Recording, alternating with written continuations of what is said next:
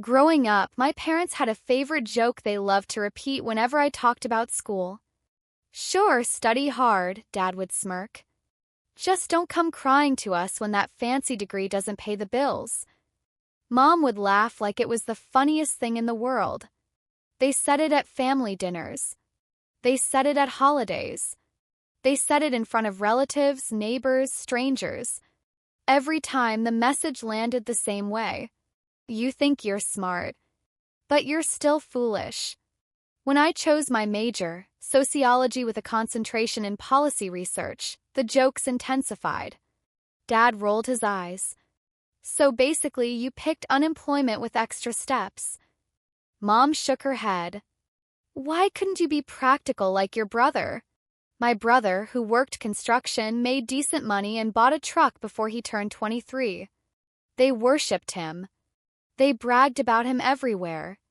And when they talked about me, it was always with that slightly embarrassed smile. She's still figuring things out. What they didn't see or didn't want to see was how hard I worked. The late nights at the library. The internships where I wasn't paid. The research assistant jobs. The ramen dinners. The constant low-level fear that maybe they were right. Maybe I was delusional. Maybe I was building a future nobody believed in but me. Graduation day came. My friends hugged their families. My classmates cried. My parents clapped politely and took exactly 2 photos. Both came with commentary.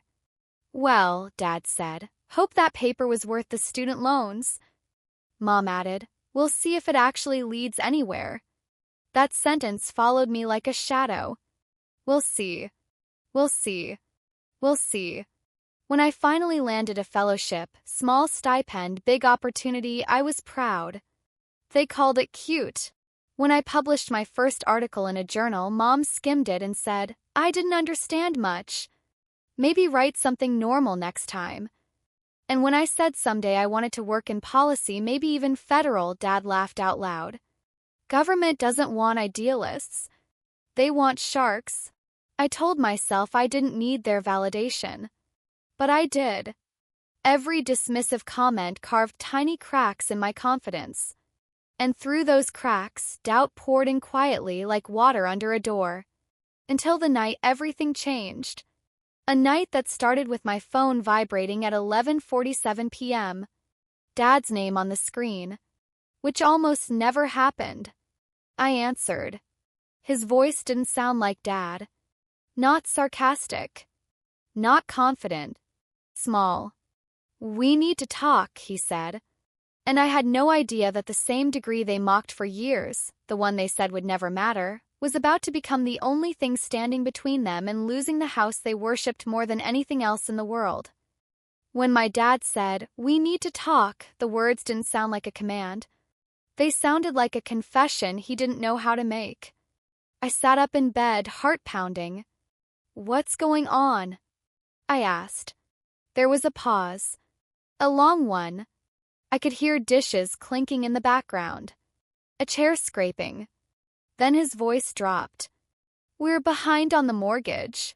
I blinked into the darkness. How behind? Another pause. 6 months. My brain stalled. 6 months. How? I whispered. In the background, I heard my mother start crying. Not delicate crying. Not dramatic crying. The raw, breathless kind people try to hide when they realize pretending won't fix anything. Dad sighed. A sound I had never heard from him before. Your mom's hours got cut. My back's been bad. I missed more work than I said. We thought we could catch up. He laughed bitterly. We didn't. I pressed my palm to my forehead, trying to connect the dots. The vacations they took anyway. The new appliances. The endless bragging about managing just fine. Image over reality. Pride over honesty. Always. Why didn't you say something earlier? I asked, trying to keep my voice steady. He snapped just a little. Because it wasn't your problem. That sentence landed like a slap. 'Cause suddenly I heard it differently than before. It wasn't your problem until now. The bank sent a notice, he continued. We have 60 days before foreclosure proceedings start. We don't know what to do. My mother got on the phone then, her voice shaking. Honey, please don't think we're asking you for money. We know you don't have it. I stayed quiet, waiting. Because I knew when she said, we're not asking, it usually meant they eventually would. But this time, something shifted. The letter mentioned programs, Dad said. Hardship relief, refinance options, appeals. They were full of words we didn't understand. And then your mother said, maybe this is what you went to school for. That sentence. Maybe this is what you went to school for. Years of mockery suddenly curled back on themselves. I didn't gloat. I didn't throw it in their faces. I just let the irony sit quietly between us while my brain switched into work mode. Policy, housing regulations, assistance programs, federal relief, advocacy resources. I slid out of bed, opened my laptop, and started digging. Read me the letter, I said. Dad did. Slowly, tumbling through legal language like it was another language entirely. I took notes. My fingers flew across the keyboard. My training woke up inside me like a second brain. I recognized phrases, statutes, deadlines. Words that used to feel abstract suddenly became clear, sharp tools in my hands. Okay, I said when he finished. You're not out yet.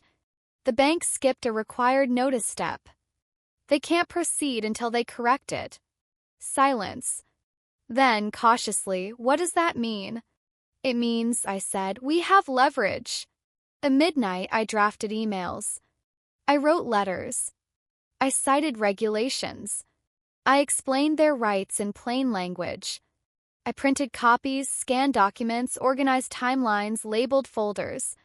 My parents, usually so loud, stayed quiet on the other end of the call, listening to the daughter they had dismissed for years move through the fire like she'd trained for it. Because she had. At 2 a.m, Dad finally whispered, You sound different. I smiled faintly. No. I've always sounded like this. You just didn't think it mattered. He didn't argue. He didn't joke. He just said, Tell us what to do. And for the first time in my entire life, they weren't talking down to me. They weren't mocking me. They weren't comparing me to my brother. They weren't asking why I didn't pick something more practical. They were trusting me, depending on me. And it was both heartbreaking and empowering all at once. Because the degree they had ridiculed as useless was now the only thing keeping the roof over their heads from being sold to the highest bidder. The next morning, I drove to their house with a folder full of documents and a stomach full of conflicting emotions. Relief, anger, sadness, a strange calm. When I walked in, the house looked smaller than I remembered. Not physically, emotionally. The photos on the wall seemed to glare at me. My brother in his varsity jacket. My parents at award ceremonies that had nothing to do with me. Proud smiles. Frames made of gold. My pictures were there too. Fewer. Smaller. Tucked around the edges like decoration. Mom hugged me tightly like she was clinging to a life raft. You look tired, she said. You look scared, I replied. She didn't deny it. Dad sat at the kitchen table with the letter spread out in front of him like a crime scene. His hands trembled. I had never seen his hands tremble. Not when bills were late. Not when arguments exploded. Not when life fell apart. But now. Because this time there were consequences he couldn't bluff his way through. Okay, I said, pulling out my laptop. We're going to call the bank together. You are not going to beg. You're not going to apologize. You're going to ask for the loss mitigation department and you're going to use the exact wording I give you. If they transfer you, we wait. If they interrupt, you stop and say, Please let me finish my statement. Understand? They nodded like students in class. I dialed.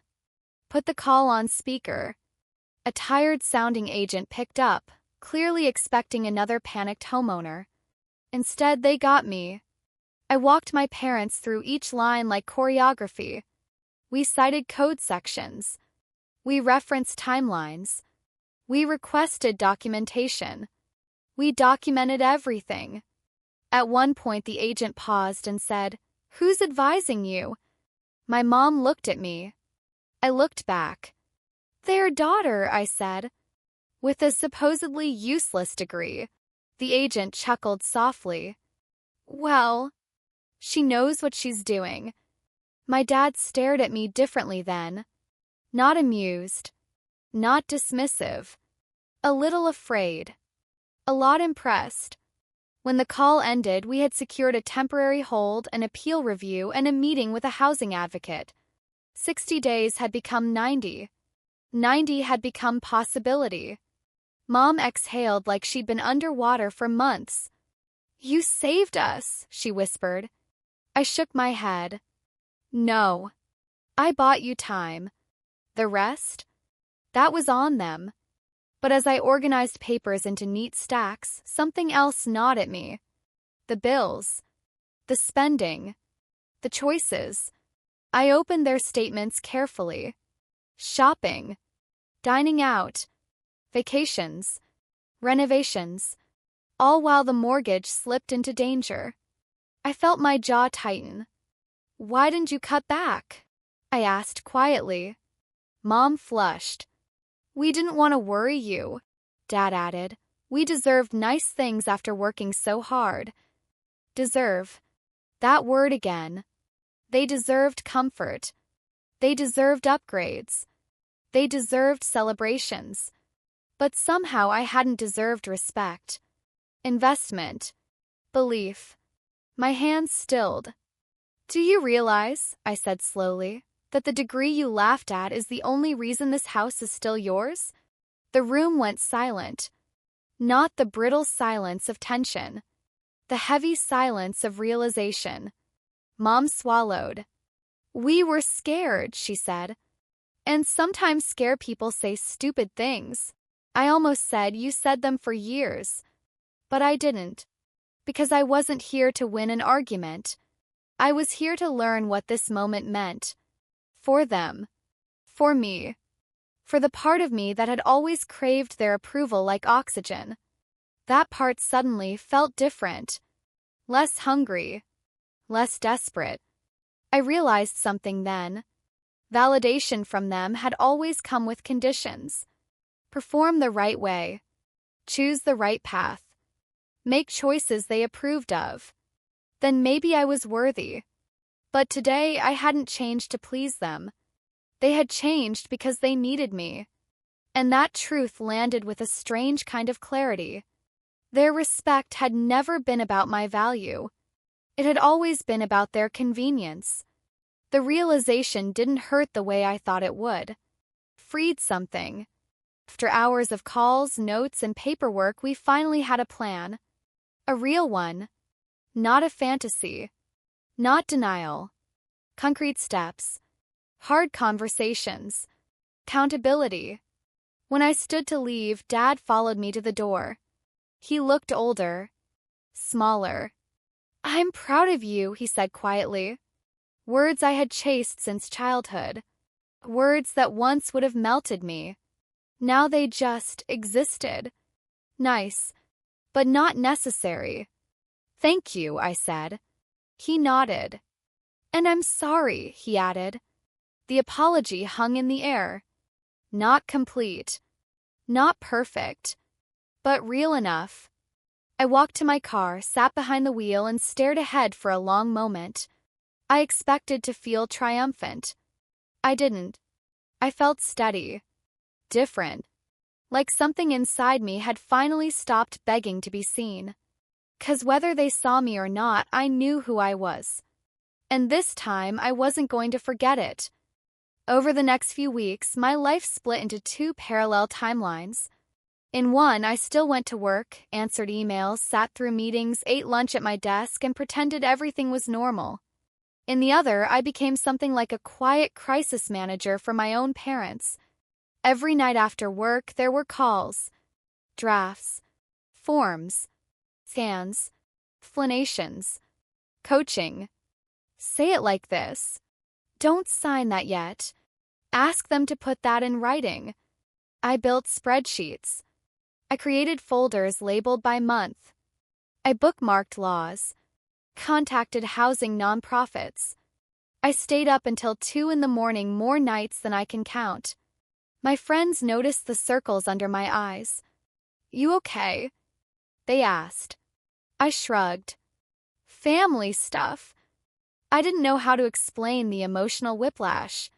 How I could go from being the cute idealistic daughter to the one person standing between them and financial ruin. How surreal it was watching the same voices that used to scoff at my career now hang on to every instruction I gave.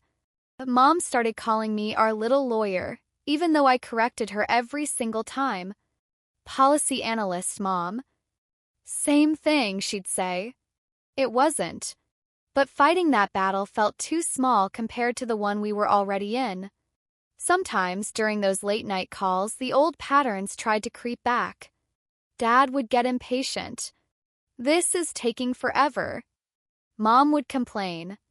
"Why do they need so many documents?" The frustration would start bubbling, that familiar dismissive tone resurfacing. And I would stop, breathe, then calmly say, "You have a roof today because I'm doing this. We are not rushing." Silence. Respect forced itself back into the room like gravity. One evening, as I walked them through another set of forms, I noticed the tremor in my father's voice again. Not anger. Fear. He wasn't invincible. He wasn't untouchable. He was just human. Flawed. Short-sighted. Stubborn. Human. And for the first time, I wasn't looking up at him like a child or down at him like a judge. I was looking across at him like an adult talking to another adult. That shift was everything. One Sunday, I went over to gather more paperwork. Mom made coffee and laid everything out on the dining table like offerings. Pay stubs, bank statements, letters. I noticed the way she watched me work, quiet, careful, almost reverent, like she was afraid to interrupt. "You're different," she said softly. "No," I replied, eyes still on the documents. "I'm the same. You're just finally seeing me without the jokes." She flinched. Not dramatically. Just a small, honest reaction. "We didn't mean to make you feel small." I marked another line on another form. Intent doesn't erase impact. The sentence sat between us, heavy but true. She nodded slowly. "You sound like your articles," she murmured. "Good," I said. "Because that means I'm finally sounding like myself." We worked in silence after that. Productive silence. Respectful silence. Later that night, when I got home, I collapsed on my couch, phone buzzing with new emails from the bank and the advocate. I scrolled through them, tracking every word like a chess player studying the board. And somewhere in that blur of legal language and deadlines, a realization clicked into place. This wasn't just about saving their house. This was about rewriting our dynamic. Ending the script where I was always the one doubted, minimized, made into a punchline. I wasn't doing this to earn love. I wasn't doing this to prove worth. I was doing this because I was capable. 'Cause I understood systems. 'Cause my work mattered. Whether they had believed it or not. And that clarity, that calm, was worth more than any "I'm proud of you" they could ever say. Till a quiet ache lingered. The child in me still whispered, why didn't they see this sooner? Why did it take a crisis? Why wasn't I enough before? But now, for the first time, I had an answer for that voice. Their blindness wasn't my burden anymore. I would help them. I would fight for fairness. I would use every skill I had. But I would never again shrink just to fit the version of me they found easier to understand. Not after this. Not ever again. A few days later, the first real turning point arrived. An official letter from the mortgage company. Thick envelope. Serious font. Words like review, temporary hold, pending documentation. My parents sent me photos of every page, slightly crooked, their fingers accidentally in the frame. I printed it, highlighted it, cross-referenced dates, then booked another call with the housing advocate. We went line by line. Policy, rights, obligations, timelines. When I hung up, my brain buzzed from absorbing so much information at once. But underneath that mental fatigue, there was something steadier. Confidence. I understood it. Not just in theory like in articles I wrote. In real life. On real paper. Affecting real people. That night, I called my parents. "We're okay for now," I said. "They can't move forward until they finish this review. And they can't finish it unless we finish submitting everything. So we stay organized. We stay calm." Mom exhaled so loudly it sounded like she'd been holding her breath for weeks. "You're amazing," she said. "I don't know how you do this." I almost said it automatically, "Oh, it's nothing." But I didn't. Because it wasn't nothing. "It's my job," I said instead. Dad cleared his throat. Guess we didn't really understand what that meant. I smiled to myself. Yeah, I noticed. Over the next few weeks, our roles solidified. I was the point of contact. I read every email first. I translated legalese into normal human language. I coached them on phone calls. Meanwhile, my parents slowly learned how to listen without dismissing, how to ask questions instead of mocking, how to say thank you without wrapping it in a joke that undercut the compliment. It wasn't perfect. Old habits don't vanish. Sometimes Dad would slip and say, "Are you sure?" in that skeptical tone. And I would pause. Yes. And here's why. Evidence. Links. Explanations. He would nod. Okay. Got it. Those moments healed things nothing else ever had. One evening, while I was finishing revisions on a policy report, my phone buzzed again. "Mom, we made chili. Want to come over?" There was something new in her voice. Not obligation. Not guilt-tripping. Invitation. I hesitated for a second, surprised by how foreign that felt. Then I went. Their dining table was covered in papers like always. But there were also bowls. Bread. Steam rising from soup like something gentle. We ate. Talked. Not about Max the dog. Not about what I should be doing differently with my life. Not about how cute my job was. We talked about deadlines. Procedures. Stress. Fear. Real things. After dinner, Mom handed me a small envelope. "What's this?" I asked. "Gas money," she said. "For all the trips." We know this is a lot. For a second, the younger version of me wanted to cry. Not because of the money itself, but because it meant they finally understood that my time had value. My effort had weight. My life wasn't just an endless resource they could tap into whenever they needed help and then belittle afterward. "Thank you," I said softly. On the drive home, headlights streaked past and my mind replayed the last few months like a documentary. The girls sitting in classrooms absorbing theories. The young woman at holidays politely absorbing jokes. Professional now, absorbing complicated policy and using it to hold up an entire house. Not physically, but structurally. And for the first time, a different kind of pride bloomed in my chest.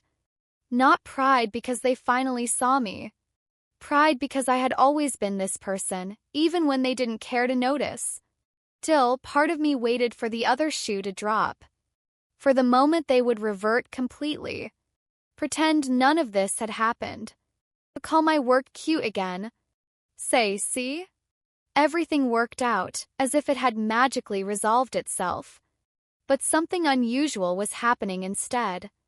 They started asking my opinion on other things. Insurance, taxes, budgeting. Not as a punchline, as advice.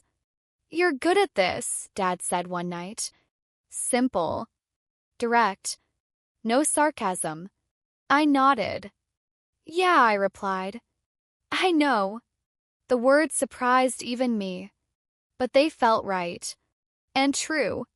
A few weeks into the review process, the bank requested yet another round of documents, detailed statements that would take hours to gather. Mom groaned when she read the email. "They're doing this on purpose," she said. "To exhaust us." "Probably," I said.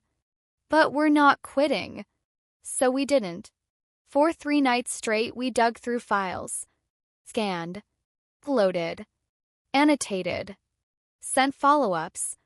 Each time I clicked submit, I felt that same grounding sensation.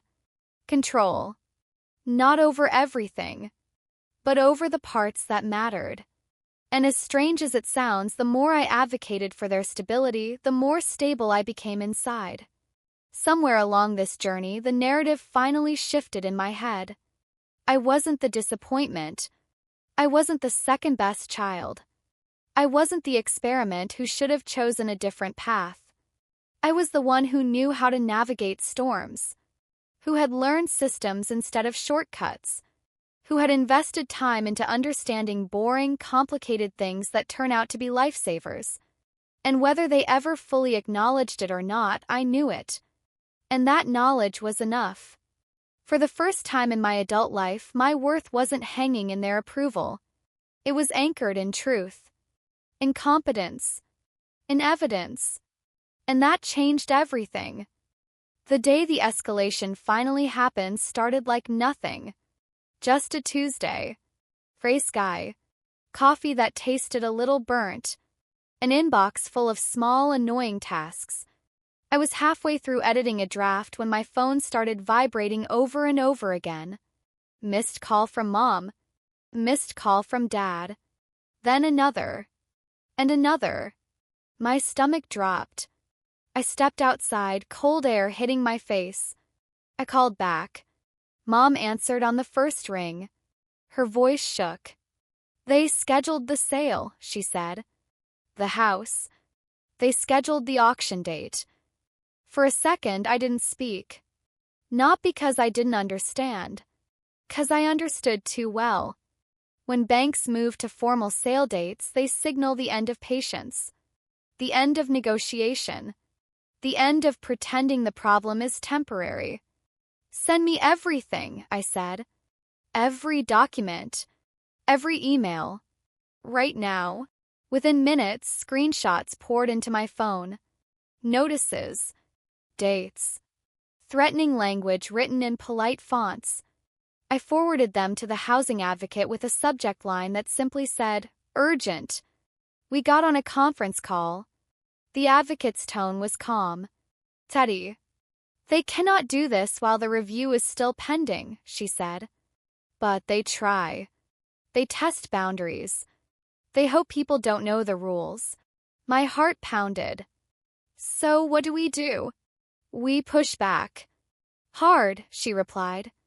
That afternoon turned into one of the longest of my life. I drafted a formal dispute letter. Cited policy. Cited regulations. Attached proof of submission dates. Proof of receipt. Proof that everything was still under review. Line by line, I built something like a shield out of words. Then we sent it. Certified. Email. Fax. Every channel possible. I called the mortgage department. I sat on hold for almost an hour. When a representative finally answered, Dad tried to speak first. He was emotional, defensive, desperate. They dismissed him quickly. "Sir, the process is already in motion." I took a breath.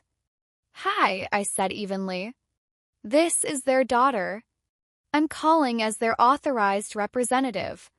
And the process is not in motion. it is in violation. Silence. Then, ma'am, I explained. Slowly. Precisely. Calmly. Policy reference numbers. Dates. Documents. I heard the rep's tone shift almost immediately. From dismissive to careful. From we're done here to we need to check something. Please hold, she said. 10 minutes later she came back. Different voice. Different respect. You're correct. The account is being placed back into review. The sale notice is rescinded pending completion. I closed my eyes. Relief washed over me like a wave that almost knocks you down. Mom started crying softly on the other line. Dad whispered, "Thank God." But the relief wasn't what surprised me most. What surprised me was the absence of fear. For the first time in this entire nightmare, I didn't feel small. I didn't feel like a child begging an adult. I felt like a professional dealing with a system. And winning. After the call, Dad cleared his throat. You saved the house again," he said quietly. The old version of me would have deflected. Would have said something like, "We saved it." But this time I let the truth exist. "I did," I said. Not arrogant. Not bragging. Just honest. We hung up and I sat alone on the curb outside my office building, watching traffic roll by. My brain replayed the last hour over and over like a movie. Panic. The research. Precise words. The shift in power. I remembered every single time they had made fun of my major. Every relative who said, "What are you going to do with that?" Every holiday where my brother's truck was celebrated like a trophy while my work was treated like a hobby. And I realized something quietly devastating. They never doubted the usefulness of my degree. They doubted me. They didn't think I was someone capable of building a life that mattered. That realization hurt. But right beside the hurt, something else grew. Distance. Clarity. Boundaries. Just because I helped them now did not mean I owed them endless emotional rent for the rest of my life. Just because I saved their house did not mean I had to live inside their version of my worth. Later that night, Mom called again. "Your father's been walking around the kitchen all evening," she said. "He keeps saying he underestimated you." I leaned back in my chair. "He didn't underestimate me," I said gently. "He just never bothered to see me." She didn't argue. She didn't defend him. She just sighed. "You're right." The words hung there. Strange. Heavy. Healing in a way. We didn't talk much after that. We were both tired. When I crawled into bed, the room felt different. Bigger. Quieter. Like a space where I finally belonged. Not because I had proven anything, but because I had stopped asking permission to be who I already was. About a week after the sale notice scare, something shifted in how my parents spoke to me. Not dramatic. Not obvious. Subtle. Like the sound of a house settling in winter. Less sarcasm. Fewer digs. More pauses before they spoke, as if they were finally thinking about the weight of their words. One evening, Dad called and asked if I could come over to help them sort through older financial folders. "We'll order pizza," he added. "Your favorite." That alone almost made me laugh. For years, they never really noticed my favorites. My foods. My shows. My music. All those details floated past them like unimportant background noise. So when he said it, I heard more than pizza. I heard effort. I went. The dining table, once a stage for their subtle humiliations about my cute career, now looked like a war room. Papers stacked. Sticky notes everywhere. A laptop open. Mom scribbling dates on a yellow pad, lips pressed together in concentration. "We're trying to make your job easier," she said. "We figured if we organize everything before you get here, you won't have to spend as much time." I blinked. That sentence felt like someone gently cutting the wires off an old bomb. For the next few hours, we worked as a team. Not parent-child. Not superior-inferior. Just three adults trying to survive a system that doesn't care whether you're overwhelmed. At one point, Dad asked tentatively, "Can you explain again what forbearance means?" Slowly this time. His tone wasn't mocking. It was humble. Curious. I explained. Slowly. Clearly. He nodded, repeating back parts of it like a student practicing a new language. Something softened in me watching him. All my life I had craved this version of him. The man who didn't posture. Didn't pretend to know everything. Didn't need to shrink me to feel tall. Later, we took a break. Pizza boxes sat open. Cheese strings stretching. For a moment, the room felt almost normal. Comfortable. Then Dad put his slice down and cleared his throat. The energy shifted. "We owe you an apology," he said. My spine straightened automatically. My brain braced for disappointment. "For what?" I asked carefully. He rubbed his hands together like he was warming them in front of a fire. "For the way we talked about your degree. It's your work. Your choices. For acting like you were chasing something pointless." Mom nodded, eyes glossy. "We thought we were being realistic," she said softly. "We didn't want you to struggle. We thought pushing you towards something stable was love." I swallowed. "But you mocked me." "We did," she said. "Because it was easier to joke than admit we didn't understand what you were building. And sometimes ignorance dresses up like humor." Dad looked straight at me. "We were wrong." 3 words.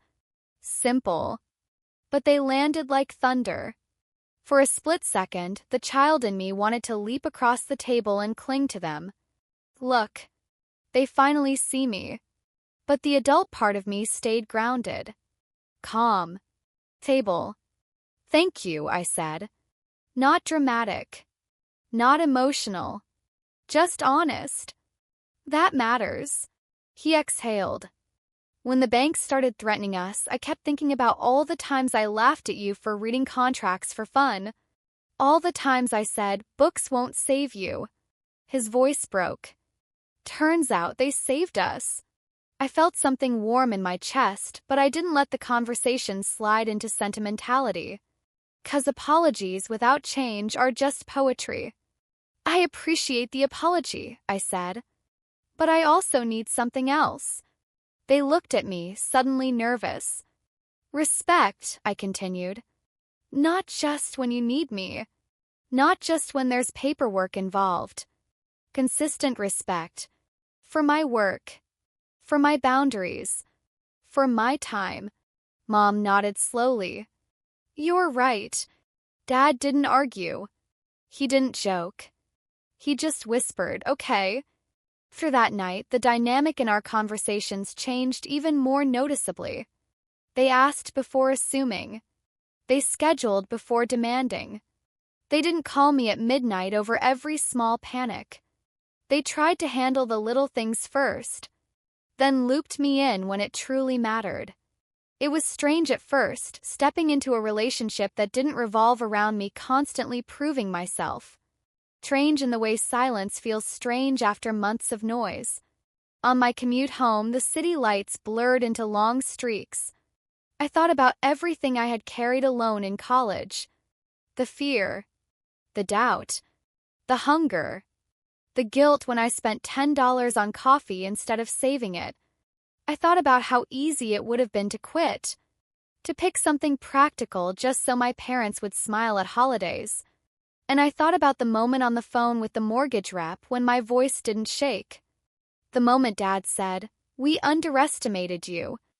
For the first time, I noticed a truth that had always been there, hiding in plain sight. Their disbelief had never been a measure of my ability. It had only ever been a measure of their imagination. And I refused to live inside the limits of someone else's imagination ever again. When I got home, I opened my laptop to finish another report. It wasn't glamorous. No cheering crowds. No viral moments. Just careful work. Word by word. Policy by policy. But this time as I typed, I felt grounded. Rooted. Like the woman writing was no longer begging her parents to see her. She was building a life that spoke loudly enough on its own. And if anyone wanted to listen, good. If not, the work would still stand. Quiet. Steady. Powerful. Exactly like me. A few weeks later, the mortgage situation stabilized enough that the panic simmered instead of boiling. But something else began to surface, something quieter, older, heavier. Not fear. Not even anger. Grief. Kind you don't notice at first because you've been carrying it so long it feels like part of your spine. I realized it one afternoon at work, during lunch, when a coworker casually mentioned how her parents framed her first internship certificate and hung it in the hallway. She laughed. Everyone laughed. I smiled, but something in my chest twisted. After the meeting, I sat alone in the break room staring at the vending machine like it had answers. No one had framed anything of mine. No certificates. No awards. No milestones. My achievements had always been treated like footnotes. Background noise. Meanwhile, every success my brother had lived on the refrigerator like a shrine. Baseball trophies. Report cards. Photos of him with his arm thrown around Dad, both beaming. I thought about how many years I spent trying to become worthy of that same space. Maybe if I got better grades. Maybe if I worked harder. Maybe if I was easier. Quieter. Smaller. I carried that craving into adulthood like an invisible backpack. And only now, after trust funds and mortgage crises and apologies that came too late, did I realize how heavy it had been. That night I drove to my parents' house again, not to handle documents, not to rescue them, but to sit with the past. The house smelled like lemon cleaner and nostalgia. Mom was in the kitchen making tea. "You came without us begging," she teased lightly. I smiled. Yeah. Different reason. We sat at the table. Team curling. Silence stretching. "I need to talk about something," I said. Her shoulders tensed slightly, the way they always did when conversations risked turning honest. Okay. I took a breath. Growing up, I always felt like a placeholder. The reliable one. The backup plan. The person you called when things went wrong, but never the one you celebrated when things went right. She frowned. "We celebrated you." "Not really," I said gently. "You acknowledged me." "There's a difference." I told her about the fridge shrine. The jokes about my major. The dinners where conversations drifted around me like I wasn't there. I didn't accuse. I described. Because sometimes truth doesn't need a hammer. It just needs light. Mom stared at her hands. For a long time, she said nothing. Finally, she whispered, "I was harder on you because I thought you could handle it." There it was. The oldest wound. The strongest one. "That wasn't a compliment," I said softly. It felt like abandonment. I didn't need to be the strong one. I needed to be your kid. Tears filled her eyes. Not dramatic. Not loud. Just there. Real. "I didn't know," she said. I truly didn't know. I nodded because I believed her. Not because it excused anything, but because honesty sometimes lives beside failure. "I'm not telling you this to make you feel guilty," I said. "I'm telling you because I don't want to keep bleeding quietly. I want a different relationship going forward." She reached across the table. Her hand hovered like she was asking permission. I let her take mine. "Teach me," she said. "Show me how." It was strange hearing that from the woman who had once rolled her eyes when I talked about boundaries. "Okay," I said. "First lesson. When I say no, don't treat it like betrayal. Treat it like information." She laughed softly through tears. "Deal." Later that evening, Dad came home. He found us still sitting there, tea cold. When Mom repeated what I'd shared, he didn't argue, didn't minimize, didn't remind me of every good thing they'd ever done. He just nodded slowly, like a man reading instructions on something fragile. "We can do better," he said quietly. After I left, the air outside felt different, lighter. Not because everything was fixed, not because the past had magically healed, but because for the first time I had stopped negotiating my worth. I wasn't chasing validation like a lost dog chasing headlights. I was setting terms. My terms. On the drive home, the city flickered by in streaks of neon and shadow. I rolled the window down and let the night air wash over me. I thought about college again. The loneliness. The years when my parents barely showed up. The cheap food. The fear of eviction. Back then, I thought survival made me strong. But what I was learning now felt different. Strong wasn't silence. Strong wasn't endurance alone. Strong was clarity. Strong was saying, "That hurt," and not apologizing for the truth. At a red light, I glanced in the mirror and barely recognized the person staring back. Same face. Same eyes. But something in my expression had shifted. Less pleading. More grounded. Like I finally understood that my value didn't require witnesses. At home, I opened my journal and wrote one sentence, underlined twice. "I am not the emergency exit for everyone else's bad planning." The words felt like armor. Soft. Invisible. Powerful. A few minutes later, my phone buzzed. Text from Dad. Not a request. Not a favor. Just, "We're proud of you." Not for saving us. For being you. I stared at the screen longer than I should have. 'Cause sometimes healing doesn't arrive like fireworks. Sometimes it arrives like a quiet message on a Wednesday night. And for the first time in a very long time, I went to sleep without rehearsing arguments in my head. Without plotting the next defense. Just breathing. Just existing. Finally at peace with the idea that my story didn't start, and definitely didn't end, with whether my parents ever fully understood me. My life was bigger than their late awakening. My future was wider than the house I grew up in. And knowing that felt like the truest revenge of all. A month later, the final stage of the mortgage review began. Part nobody prepares you for. The waiting. Emails that say things like, "We are still processing." Phone calls that end with, "Call back in 7 to 10 business days." Long stretches of silence where your brain invents disasters just to stay busy. My parents texted me constantly, little updates that meant nothing but felt like everything. They asked for another pay stub. They said they'll escalate it. Do you think silence is good or bad? I answered each message calmly even when my own nerves buzzed. It's normal. We already submitted that. We're still okay. But inside, old fears whispered. What if you missed something? What if you messed up? What if all of this collapses and it's your fault? Those were not adult fears. They were leftover childhood echoes. The ones born from years of being told that mistakes were unacceptable and success was simply expected. One afternoon, while I was drafting notes for a policy meeting, my boss stopped by my desk.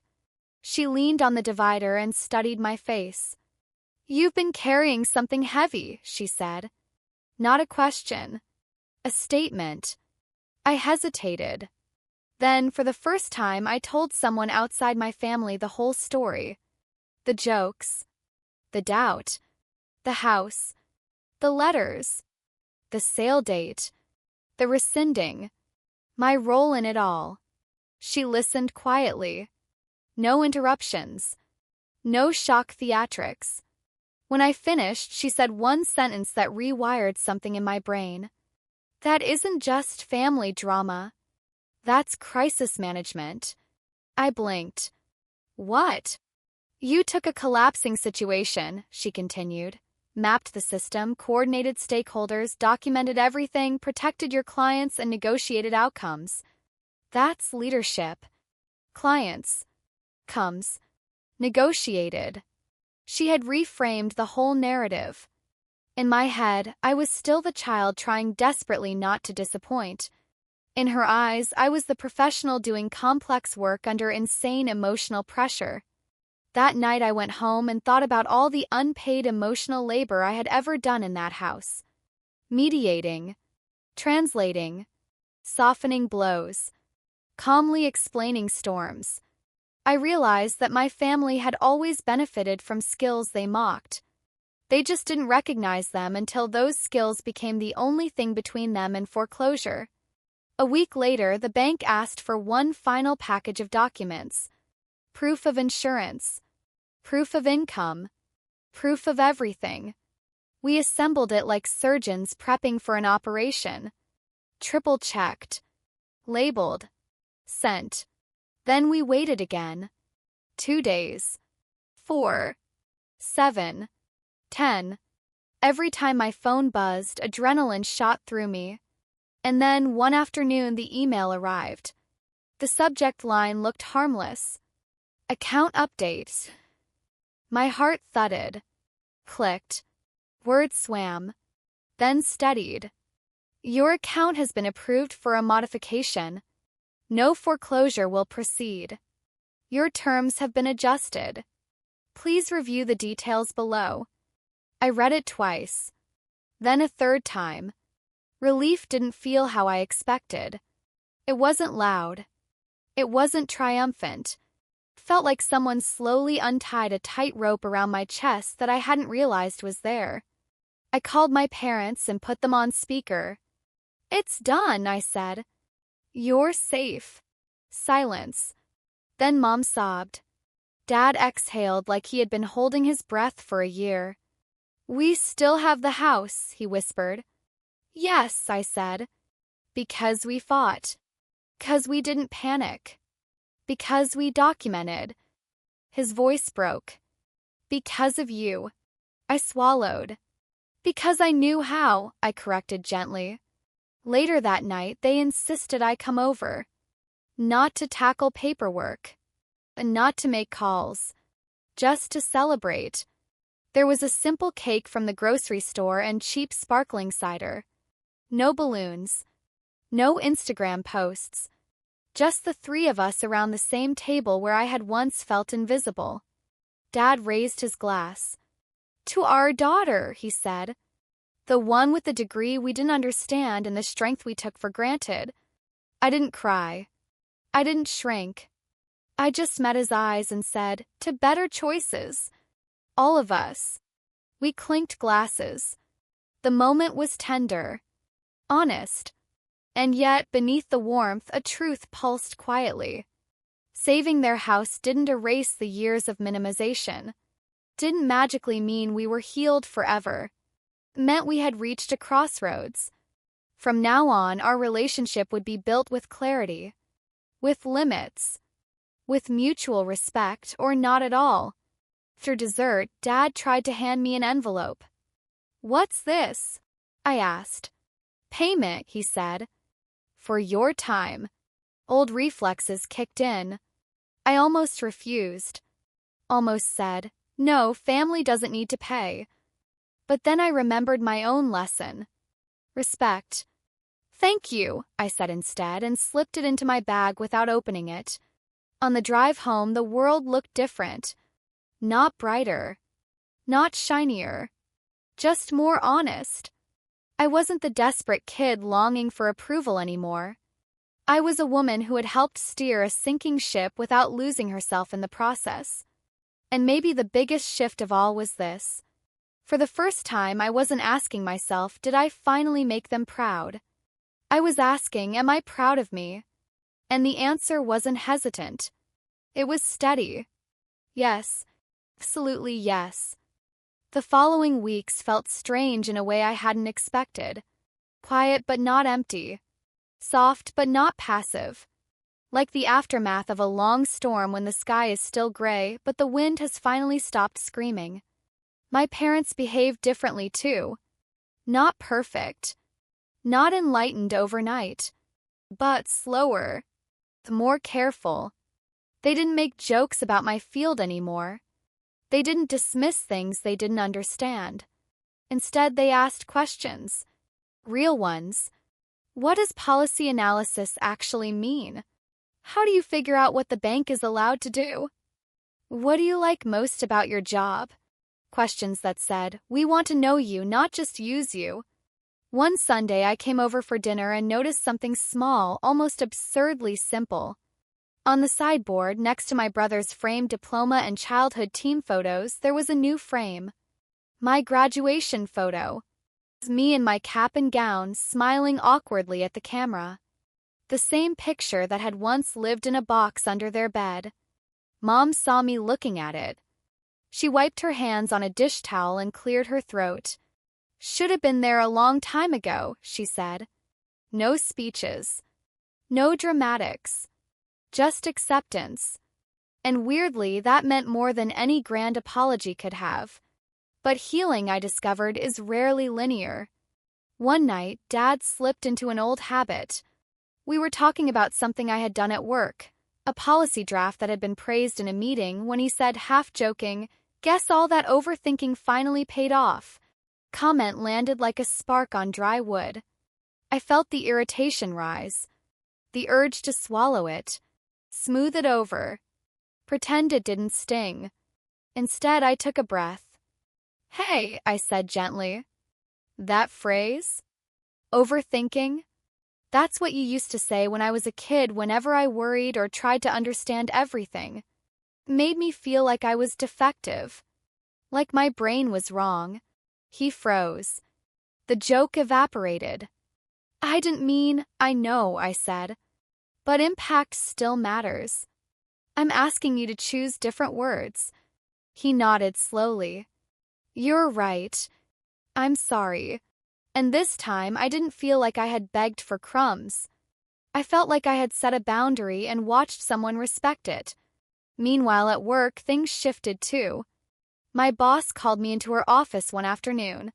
She had that expression, the one leaders get when they're trying to hide excitement. "We're opening a new project team," she said. "Housing policy. Tenant rights. Foreclosure prevention. You'd be perfect." My heart thudded. "Because of my family stuff?" "Because of your clarity under pressure," she corrected. "Because you see systems and people at the same time. And yes, lived experience counts, if you can use it without letting it chew you alive." I thought about it on the way home. About how life had taken one of the most painful seasons I'd ever lived through and quietly forged something out of it. Not revenge. Not payback. Competence. Purpose. That night, when I told my parents about the new project, they didn't turn it into a joke. They didn't ask how it would benefit them. They didn't say, "So you're finally doing something useful." They said, almost in unison, "We're proud of you." And for the first time, those words didn't feel like a reward I had bled for. They felt like acknowledgement, a recognition. But here's the truth nobody tells you about family reconciliation. Even when things start going right, grief doesn't disappear. Sometimes I would be in my apartment cooking dinner and suddenly remember being 19 and crying quietly in a dorm hallway because nobody had bothered to check whether I made it back after finals. Sometimes I would think of conversations that could have been different, birthdays that could have felt warmer, meals that could have been full of laughter instead of tension. And I let myself mourn those lost versions of my childhood, without shaming myself, without telling myself to get over it, because the adult healing didn't erase the child pain, just gave it a safer place to land. One evening, Dad and I sat on the porch watching the sky fade into indigo, crickets tuning themselves for the night, streetlights blinking on one by one. He was quiet for a long time, then said, "I used to think parenting was about preparing kids for a hard world by being harder than the world. I think I confused toughness with love." I didn't rush to comfort him. Didn't say, "You did your best." I just listened. He sighed. I hope I didn't break too much. I looked ahead at the street, at shadows stretching across pavement. You didn't break me, I said. But some parts cracked. I'm fixing them. He nodded. He didn't ask me to hurry. He didn't ask me to pretend. That mattered. Later that night, I sat in my car in their driveway before leaving. Engine off. Windows cracked. Cool air drifting in. I stared at the house, with its patched roof and worn porch swing and the history soaked into its walls. A year earlier, this house had been on the brink of foreclosure. A symbol of panic and responsibility and burden. Now it was something else. Till complicated. Till flawed. But steadier. Safer. Not because the mortgage had been saved, but because the patterns that haunted that house had finally been named out loud. As I pulled away, headlights carving a path into the road, I realized something that made me unexpectedly emotional. I had spent most of my life trying to earn my place in that family. With achievements. With obedience. With silence. And now, finally, I understood. My value had never been a debt they could collect or forgive. It had always been mine. Independent. Untouchable. And realizing that wasn't just healing. It was freedom. A few months later, life settled into something that almost looked ordinary from the outside. Work. Groceries. Laundry. Calling my parents on Sundays instead of triaging emergencies at midnight. But underneath that ordinary rhythm, something much bigger was happening. I was learning who I was without constantly trying to prove it. One afternoon, my boss asked if I would join her at a community meeting. Homeowners. Renters. People terrified of losing everything. I sat in the back at first, taking notes, listening to stories that sounded painfully familiar. Lost jobs. Medical bills. Confusing letters written in language meant to intimidate rather than inform. At one point, a woman stood up, voice shaking, and said, "I feel stupid. I should have known better." Before I could stop myself, I raised my hand. "You're not stupid," I said. "These systems are designed to make people feel powerless so they won't fight back. Learning the rules doesn't mean you failed. It means you're waking up." Heads nodded around the room. Eyes widened. Through the meeting, 3 different people came up to me asking questions. Not because I was the smartest person there, but because my words didn't come from theory alone. They came from the kitchen table where my parents nearly lost their home. On the drive home that night, I thought about younger me, hunched over textbooks, wondering if any of it mattered. I wished I could go back and whisper, "Keep going. This will all make sense one day." Meanwhile, my parents were adjusting too. One evening, Mom called and said, "We've been thinking about refinancing again, but before we do anything, we want you to look with us." Not because they expected me to fix something they'd already broken, but because they finally understood the value of asking before leaping. We set an appointment, went over numbers, talked calmly about consequences. And in the middle of it all, Dad looked at me with a strange sort of awe. "I feel safer when you explain things," he said. I took a breath. "I'm glad. But you also need to feel safe without me sometimes." His eyebrows knit. "What do you mean?" "I can't always be your safety net," I said gently. "I love you. I'll help where I can. But my life is not your emergency plan." A few years ago, that conversation would have exploded. Accusations. Guilt. Silence. This time, Dad nodded slowly. "Fair." And he meant it. That night, as I drove home, I noticed the difference between obligation and choice. When I helped before, it came from fear. Fear of disappointing them, fear of rejection, fear of losing my place. Now it came from agency. I chose to help, which made it lighter, healthier, stronger. Around that time, my brother reached out too. We'd never been especially close. He had always existed in a different universe, one where praise arrived effortlessly and responsibility landed elsewhere. We met for coffee. He fidgeted with his cup. Mom and Dad keep talking about how you saved the house, he said. I always thought they exaggerated about stuff, but I guess they weren't. I shrugged. It wasn't just me. It was knowledge, support, timing. He nodded. Still, I'm proud of you. For a second, I saw the kid he used to be. Not the golden child. Just a boy whose parents poured attention into him until he believed affection was something you win instead of something you're given. We talked for almost 2 hours. For the first time in our lives, we weren't competing. We were just siblings, both trying to unlearn old stories. Days turned into weeks. Small victories stacked up in quiet ways. Healthy boundaries. Honest conversations. Less pretending. More truth. And the strangest part was this. Once I stopped begging for validation from the people who had withheld it for years, I started noticing how much validation had been around me all along. Friends. Co-workers. Mentors. People who saw me without needing a crisis to recognize my worth. One evening, I stood on my apartment balcony watching the city breathe. Lights flickering, cars humming, life unfolding in tiny pockets everywhere. I thought about revenge. Not the movie version with explosions and dramatic exits. The real kind. Quiet kind. Kind that looks like becoming everything someone once told you wasn't possible. Kind that looks like healing loudly in the same spaces where you were once made to feel small. Kind that doesn't need anyone to clap.